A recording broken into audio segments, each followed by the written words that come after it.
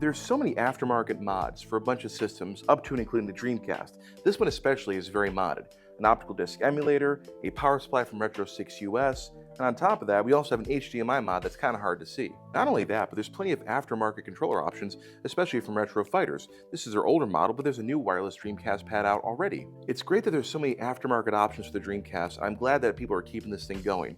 But there's one thing I don't think anyone makes that'd be pretty useful, and that's spare parts. Let me explain a little bit. My Dreamcast here, which is wonderfully modded, has an issue at the controller ports. If I don't plug them in perfectly and then keep some tension pushing them in, they tend to disconnect quite easily.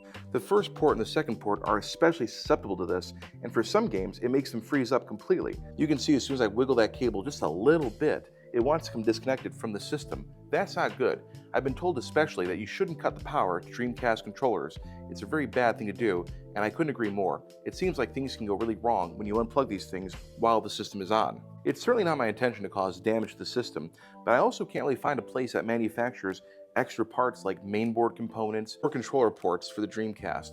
It's awesome there's so much aftermarket stuff, but a lot of those things aren't going to help me repair the actual system when those ports go bad.